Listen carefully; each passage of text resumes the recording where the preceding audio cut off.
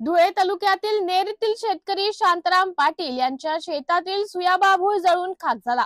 यामुळे त्यांचे मोठ्या प्रमाणावर नुकसान झाले। तसेच अतिवृष्टी व शेतमालाला हमीभाव मिळत नसल्याने शेतकरी आधीच संकटात सापडला आहे।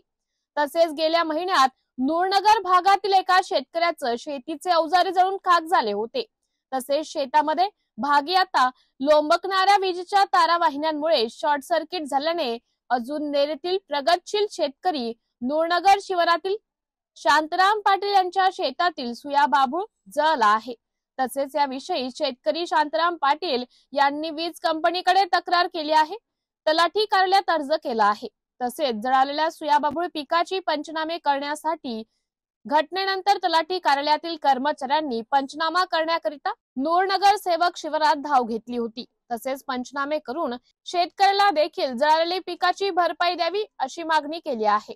एमडीटीव्ही न्यूज साठी धुळे तालुका प्रतिनिधी दिलीप साळुंखे।